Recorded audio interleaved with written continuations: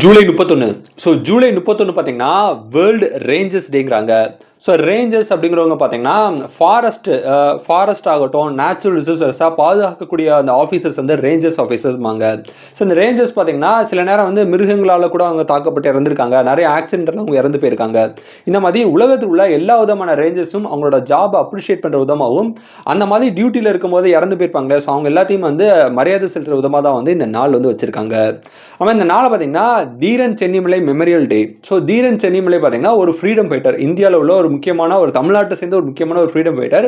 பிரிட்டிஷ்காரனை எதிர்த்து பார்த்தீங்கன்னா ஒரு போராடினாரு. இதனால வந்து பிரிட்டிஷ்காரன் வந்து இவங்க வந்து தூக்கில் போட்டாங்க. ஸோ இந்த அன்னைக்கு தான் வந்து 1105 ஜூலை 31 தீரன் சென்னிமலை வந்து தூக்கில் போட்டாங்க. ஸோ அவரோட அந்த அர்ப்பணிப்பை வந்து மரியாதை செலுத்துகிற விதமாக தான் வந்து இந்த நாள் வந்து இருக்குது. ஆமாம், இந்த நாள் பார்த்தீங்கன்னா அவகோடா டே. ஸோ அவகோடா பார்த்தீங்கன்னா ஒரு கைண்ட் ஆஃப் ஃப்ரூட்டு. ஸோ இந்த ஃப்ரூட்டில் பார்த்தீங்கன்னா நிறைய விட்டமின்ஸ் இருக்குது. இந்த ஃப்ரூட்டை அப்ரிஷியேட் பண்ணுற விதமாக தான் வந்து இந்த நாள் வந்து இருக்குது. ஸோ இது போக உங்களுக்கு ஜூலை 31 வேறு ஏதாவது டே தெரிஞ்சா கமெண்ட் பண்ணுங்கள். இந்த நாள் இந்த உலகத்தில் யாரோ ஒருத்தருக்கு பிறந்தநாளாக இருக்கும். உங்களுக்கு பிறந்தநாளாக இருந்தால் உங்களுக்கு என்னோட இனிய பிறந்தநாள் வாழ்த்துக்கள். So happy birthday to you. Thank you.